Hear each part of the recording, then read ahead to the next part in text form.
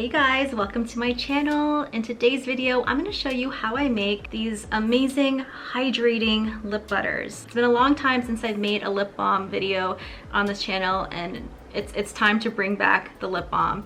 This recipe is different from my other recipe. It's much more hydrating. I felt that ever since I've moved here to Calgary, my lips have been so parched, and my original recipe, while it's awesome, just doesn't cut it in terms of keeping my lips hydrated. So I sat down, formulated something that packs a little bit more punch in that area, and came up with these guys. So if you're interested in watching me make these hydrating lip butters, then keep watching. And we are flavoring this lip balm today using Tupelo honey from Windy Point. It is a deliciously sweet lip balm flavor that I really like. It has the perfect amount of sweetness to the lip balm. When I was formulating this lip balm recipe, I knew I wanted it to be super hydrating. So my main ingredient is castor oil. And castor oil is an ingredient or an oil that you'll often find in lipsticks. And the reason why they like to use castor oil is because it's nice and tacky. It's tacky in the sense that it draws moisture to itself and it stays there. You can see here it's a really thick oil. The next ingredient I'm adding is hemp seed oil, and hemp seed oil is a fantastic hydrator. I use it in almost everything that I make. And even though this is a light, fast absorbing oil, there's a lot of benefits to it, a lot of antioxidants in hemp seed oil, and a lot of nourishing properties too, which makes this oil kind of a super oil. A lot of people use this organic, unrefined version of hemp seed oil in their salad dressings because you can safely consume this hemp seed oil as well. It has kind of a nutty flavor. If I were to give it any flavor, it's lovely in salads. Next we have coconut oil, and because of the fact that it stays solid in room temperature, makes it really good for lip balms. It gives lip balms a nice solid quality to it, but also adds a creaminess to the lip balm. So you'll see coconut oil used in a lot of lip balm formulations. But even though coconut oil stays solid in room temperature, it still has a tendency to melt at high heat temperatures. So to counteract that, we are adding some wax and some stearic acid. The wax that I'm using today is a vegetable wax called candelilla wax. And candelilla wax is a little bit harder than beeswax. I find that this wax works really well in lip balms if you pair it with other things that help to soften the formula. I have stearic acid and candelilla wax in the recipe that I sell through my business, but because I wanted this to be a more moisturizing lip balm, I'm using a little bit less of both. In formulating lip balms, a lot of people say a good place to start is having equal parts wax to butters to oils. And I think that combo is a little too hard for me. I like them a little bit softer, a little bit more conditioning. So I don't necessarily follow that rule when it comes to my lip balms. But if you're just starting, that is a good place to play around and make your first lip balms and go from there, whether or not you want it to be softer or harder or creamier, whatever. For butters, I'm using cocoa butter and hemp butter. And cocoa butter is great to add to your lip balms. Cocoa butter is super hydrating, but it also, because it's so hard, adds a nice stiffness to your lip balms, which help keep it from melting in the heat. But just a warning about using cocoa butter and also coconut oil too. You'll want to use the refined versions, because if not, then you have a very strong coconut scent to coconut oil, to unrefined coconut oil, and a strong chocolate scent to unrefined cocoa butter, which can really be distracting in your lip balms. And people taste through smell, so whatever flavors you have in your lip balm will be competing with coconut if you use unrefined coconut oil, or chocolate if you use unrefined cocoa butter. Next, we're adding some hemp butter, and this will add a really nice creaminess to the lip balm that I'm looking for, as well as some hydration. So now that I have my oils, butters, and wax all measured out, I'm gonna put this in a double boiler, sit it in some water in a pot, and have that melt down. And as that's going, I'm going to measure out my flavor and my other oils. So I'm measuring out my lip balm flavor first. And you gotta be careful with lip balms because you definitely don't want to use too much. If you use too much, it can come out bitter, and that is not good. I've found that vanilla lip balms or vanilla lip balm flavorings are susceptible to that, so be careful. This has a nice honey flavor to it. And then to this, I'm gonna add some vitamin E. I get asked sometimes about people wanting to add SPF to lip balms.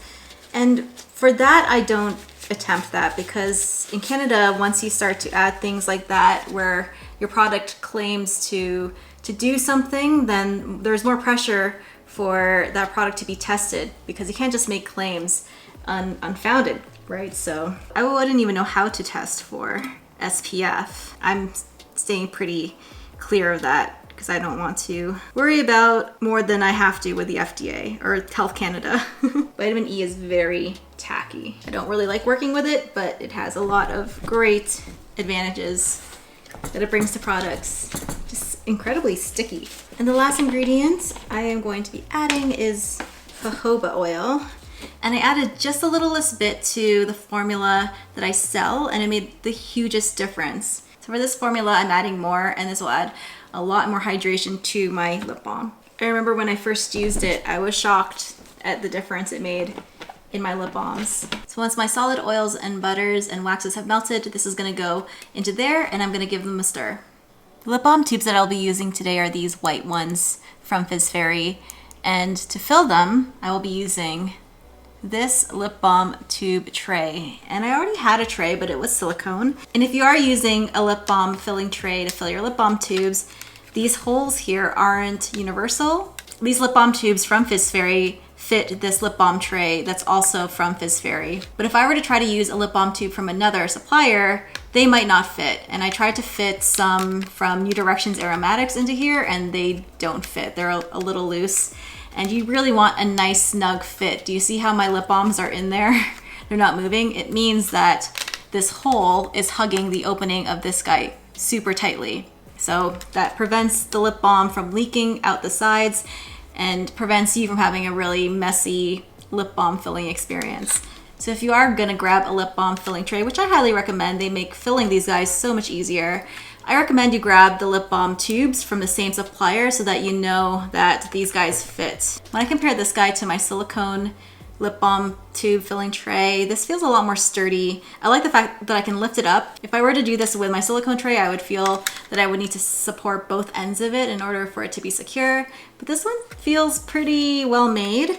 And this tray also comes with a scraper. So I don't have to be super precise when I'm filling up these tubes. If I get lip balm on the edge of this, I can just scrape it, and then whatever excess lip balm I have, I can remelt it and put it into another tube. So that's super handy. So even before I filled it with lip balm, I'm already pretty impressed. So here is my melted lip balm base. And I allowed it to cool a little bit because I don't want the heat to negatively affect the vitamin E and the flavor oil that I have in here. So I'm going to pour this guy into here and give it a stir. And after adding my flavor oil and vitamin E, I like to give this a stir for at least 2 minutes. And the reason why I stir it for so long is because I want the oils and the butters and the waxes to bind with that flavor oil so that it is evenly flavored throughout. It's something that I picked up from candle making, and I don't know if it makes a difference, but it gives me peace of mind knowing that something is thoroughly mixed. So I've thoroughly mixed my lip balm. I'm now going to pour it into the tray. Because I have a scraper, I'm not trying to be super precise. Just try to get to the top of that lip balm tube and move on to the next.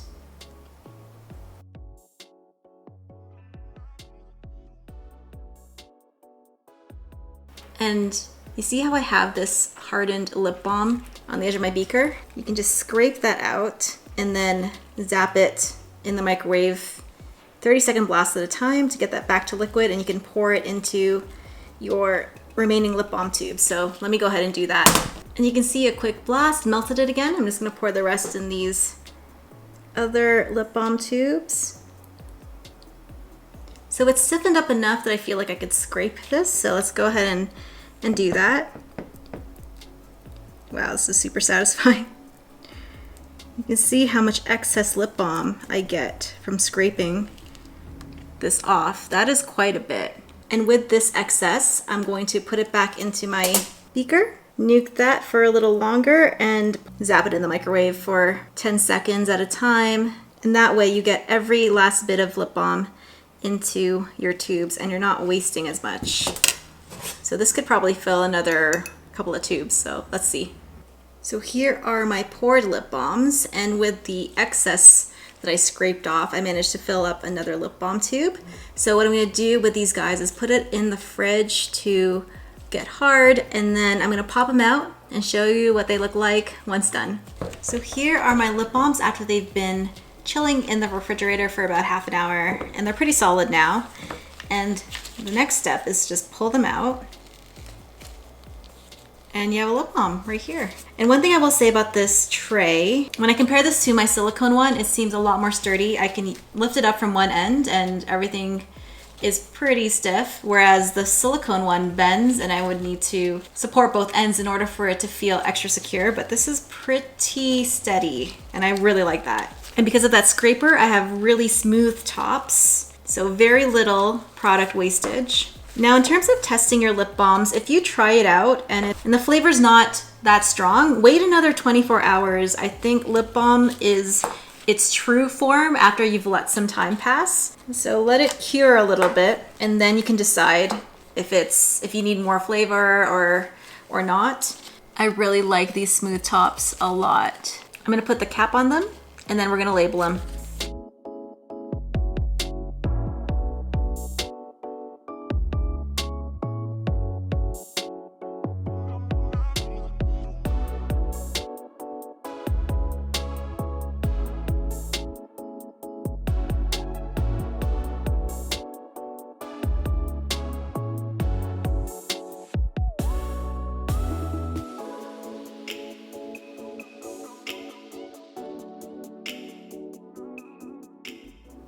So here is the finished lip balm. And when it comes to labels, I use online labels, and I like to get the ones that have the sticker that goes over the cap so that my customers know that no one has tampered with the product inside the lip balm. If you guys want a tutorial on how I designed this label, I did it all on Canva, and that's coming up in the next video. Finished lip balm will go on really, really smoothly and will feel almost wet, and that's what I'm looking for in a really hydrating lip balm. I want one that brings moisture back to my lips, which are so dry from this Calgary weather.